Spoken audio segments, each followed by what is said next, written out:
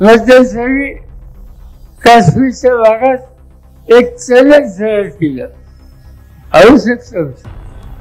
त्या चॅलेंजचं उद्घाटन झालं. मी बारकाईला बघत होतो टेलिव्हिजनवर. त्या सगळं उद्घाटनाच्या कार्यक्रमाला एकच व्यक्ती आणि ती म्हणजे नरेंद्र मोदी. ते सगळ्यांमधलं ते स्वतः चालूच येत होते.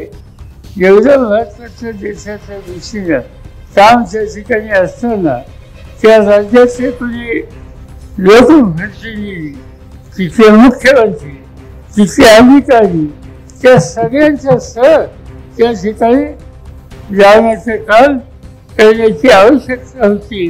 पण मोदींचे वैशिष्ट्य काय असे नसे ते फक्त वीज करतो, माझ्याशिवाय दुसरं कोणी करत नाही.